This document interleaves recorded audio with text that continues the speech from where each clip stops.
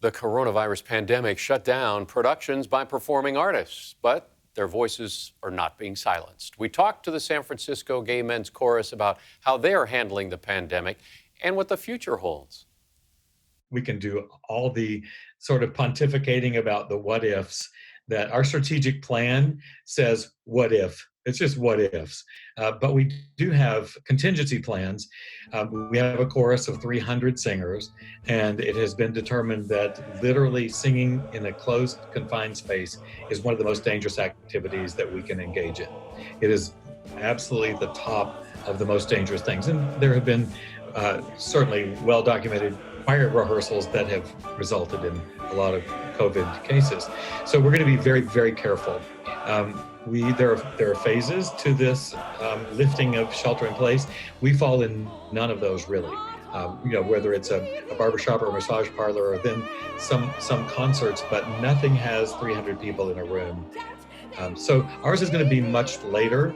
But what we're doing is, first of all, 4 weeks ago, we launched SFGMC, San Francisco Gay Men's Chorus, TV. So we launched a TV channel so that we can continue to provide content for people who can't come to concerts. And that's both original content and also some archival video that we haven't released yet. So our first attempt at remaining engaged both with our singers and our audience is through SFGMC TV, so that we sort of have a way of each week we're releasing about 8 to 10 brand new and repeated videos. So we're doing that. And then in the summer, in addition to hopefully coming back in August, our plan is to come back.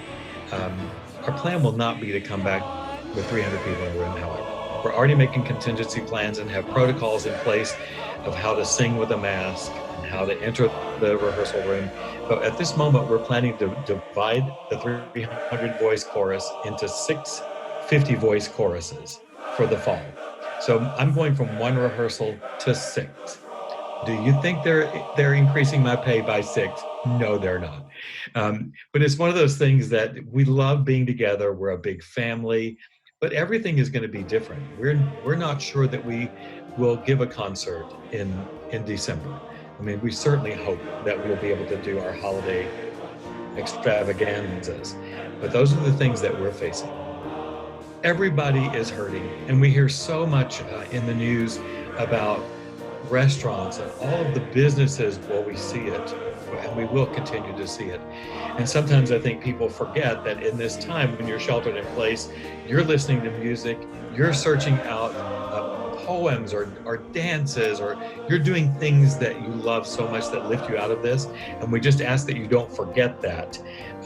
Don't forget your favorite arts group. When you're coming down to the end of the day and you have $10 left, think of the arts groups that are really feeding your soul during this time, and hopefully will very soon.